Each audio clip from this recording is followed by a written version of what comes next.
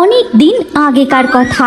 হিমালয়ের এক পাহাড়ি গ্রামের জঙ্গলের মধ্যে বসবাস করত এক রহস্যময়ী পরী। শোনা যায় ওই পরীর রূপ নাকি অতীব মায়াবী। চাঁদের জ্যোৎস্নার ন্যায় ঝলমলে তার রূপ, আর তার মাথায় রয়েছে 5টি চুলের বিনুনি, যার মধ্যে 5 অলৌকিক ক্ষমতা আছে। তার মধ্যে একটি বিনুনি যাকেই স্পর্শ করে সেই সোনায় বদলে যায়। আর সেই মায়াবী পরীর বাকি চুলগুলোর মধ্যে কি ক্ষমতা রয়েছে ঠাকুমা? বাকি চুলের বিনুনির মধ্যে ছিল তার আসল 4 শক্তি। আজ পর্যন্ত যে যে সেই পরীর সামনে পড়েছে আর কেউ ফিরে আসেনি। একবার এক রাজকুমার সেই পরীর সন্ধানে বেরিয়েছিল। ওই রাজকুমার তো ভারী সাহসী। সে ওই মায়াবী পরীর দেখা পেয়েছিল।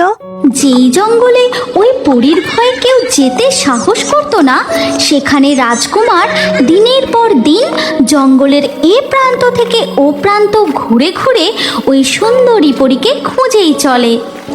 সুন্দরী পরী, তুমি কোথায়? বেরিয়ে এসো। দেখো, দক্ষিণ রাজ্যের রাজকুমার তোমায় বিবাহ করবে বলে এসেছে। সুন্দরী পরী, তুমি কোথায়? তারপর কি হলো ঠাকুমা? ওই পরী কি রাজকুমারের সামনে এসেছিল? হ্যাঁ, এসেছিল বটে।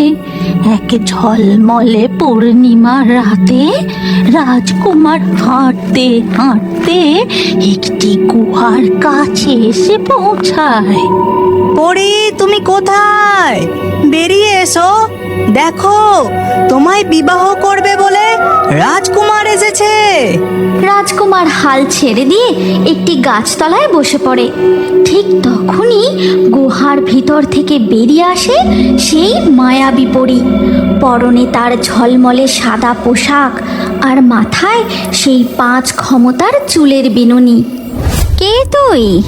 তোর সাহস তো কম নয়। তুই আমার খোঁজে এখানে এসেছিস।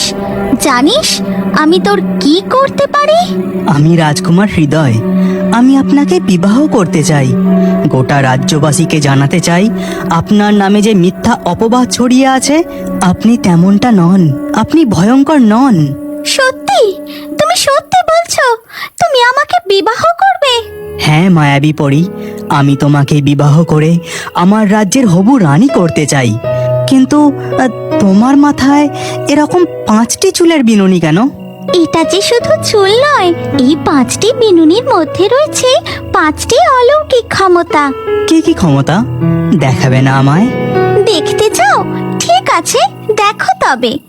এই বিনুনি দিয়ে আমি আগুন জ্বালাতে পারি, যে আগুন আগ্নেয়গিরির থেকেও শক্তিশালী। আর এই বিনুনি দিয়ে আমি ঝড় বৃষ্টির সৃষ্টি করতে পারি। এইভাবে পরী রাজকুমারকে একের পর এক তার অলৌকিক ক্ষমতার সম্পর্কে বলতে থাকে। 4টি ক্ষমতা শোনার পর রাজকুমার পরীকে বলে, আর এই বিনুনির কি গুণ? এটা দিয়ে তুমি কি করতে পারো? এই চুলের বিনুনি দিয়ে আমি যে কোনো বস্তুকে সোনায় বদলে দিতে পারি। বাহ, তোমার এই 5 ক্ষমতা সত্যিই সুন্দর। কিন্তু এদের থেকেও যেটি সুন্দর সেটি হলো তোমার রূপ। আমি তোমাকে বিবাহ করতে চাই সুন্দরী পরী। এই কথা শুনে পরী একটি সাধারণ মেয়ের বেশে ফিরে আসে। তারপর রাজকুমারকে বলে, চলো রাজকুমার, তোমাকে আমার আসল বাসস্থানে নিয়ে যাই। তোমার আসল বাসস্থান সেটা কোথায়? আমি তো এই জঙ্গলে শুধু গাছ আর গাছই দেখেছি। চলোই না, এবার আমি দেখাচ্ছি। এরপর রাজকুমার পরীর সাথে হাঁটতে থাকে। ধীরে ধীরে সকাল হয়ে যায়। তারপর পরী একটি জায়গায় এসে থেমে যায়। কি হলো পরী, তুমি এখানে দাঁড়িয়ে পড়লে যে? তোমার আসল বাসস্থান কোথায়? এই তো এখানেই, আমরা পৌঁছে গেছি।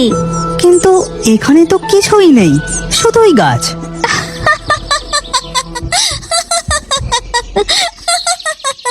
পরী তার হাত দিয়ে জাদু করতেই সেই জায়গা বদলে গিয়ে হয়ে যায় এক অপরূপ দৃশ্য। ঝর্ণা, তার পাশে ফুল ফুটে রয়েছে, প্রজাপতি উড়ছে, পাশ দিয়ে বয়ে চলেছে নদী। কি চমৎকার দৃশ্য! চোখের আড়ালে ছিল এমন অপরূপ জায়গা। হ্যাঁ রাজকুমার, আমি এখানেই থাকি। আমার নিরাপত্তার জন্য এই জায়গাটা আমি মানুষদের চোখের আড়ালে রাখি। এই স্থান আমার ভারী পছন্দ হয়েছে। আমি কি কিছুদিন এখানে থাকতে পারি? তারপর না হয় আমি তোমাকে সাথে নিয়ে আমার রাজ্যে ফিরে বিবাহ করব। ঠিক আছে রাজকুমার। এরপর রাজকুমার সেখানেই থাকতে শুরু করে। দিনের পর দিন বয়ে যায়। রাজকুমার তার রাজ্যে ফিরে যাওয়ার কথাই বলে না। সে আনমনা হয়ে কি যেন ভাবতে থাকে। রাজকুমার, তুমি সব সময় অত কি ভাবো বলো তো? আচ্ছা, আমরা কবে তোমার রাজ্যে যাব? ও তেমন কিছু না। আর কয়েকদিনের মধ্যেই আমি তোমায় সঙ্গে নিয়ে যাব। আচ্ছা পরি, তোমার ওই চুল দিয়ে ওই পাখিটিকে সোনার বানাতে পারবে? না, আমি পাখিটিকে সোনার করব না। আমি জাদু প্রয়োগ করলে যে ও নির্জীব হয়ে সোনা হয়ে যাবে। আচ্ছা বেশ, তাহলে গাছের ওই আপেলটাকে সোনার করো দেখি। ঠিক আছে, এটা আমি করতে পারি। এই বলে পরী সাধারণ মেয়ের বেশ থেকে পরীর রূপে ফিরে আসে। তারপর তার চুল দিয়ে আপেলটির উপর জাদু প্রয়োগ করতেই আপেলটি সোনার হয়ে মাটিতে ঝরে পড়ে। বাহ, দারুণ!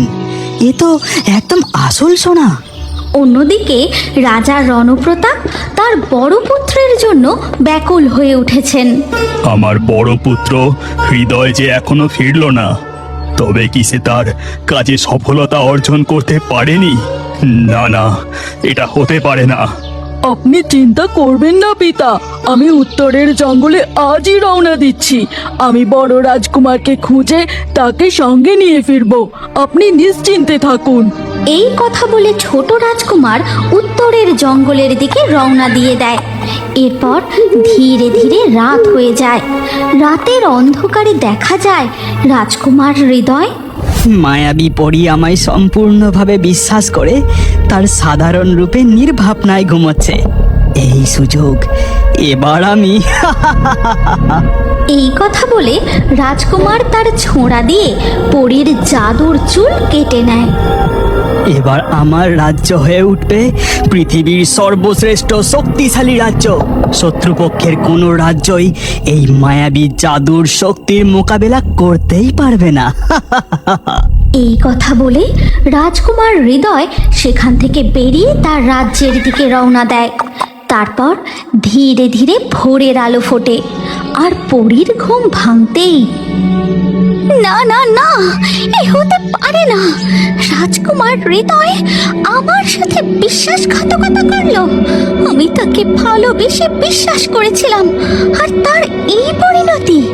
প্রতিশোধ, প্রতিশোধ! আমি তাকে কিছুতেই ছেড়ে দেব না। তার গোটা রাজ্য ধ্বংস করে দেব। ওদিকে ছোট রাজকুমার নিলয় তার দাদাকে খুঁজতে পাহাড়ি জঙ্গলের মধ্যে এদিকে ওদিকে ঘুরতে ঘুরতে ওই পরীর গুহার দিকে এগোতে থাকে। পিতা, আমি ফিরে এসেছি। আমার কার্যে আমি সফল হয়েছি। এই দেখুন পিতা, সেই মায়াবী পরীর জাদুর চুল। কিন্তু ছোট রাজকুমার নিলয়কে তো তোমার সঙ্গে দেখছি না। তার সাথে তোমার দেখা হয়নি? ভ্রাতা নিলয়, তার সাথে দেখা? কি ব্যাপার পিতাশ্রী, আমাকে খুলে বলুন। ছোট রাজকুমার নিলয় তোমার খোঁজে ওই উত্তরের জঙ্গলে রওনা দিয়েছে। সর্বনাশ! ভ্রাতা উত্তরের জঙ্গলে? এখন ওই জঙ্গলে যাওয়া মানে তো ওই মায়াবী পরী যে এখন প্রতিশোধের আগুনে জ্বলছে। এই গল্পের পরবর্তী পর্ব যদি তুমি দেখতে চাও, তাহলে কমেন্টে নেক্সট পার্ট অবশ্যই লিখো।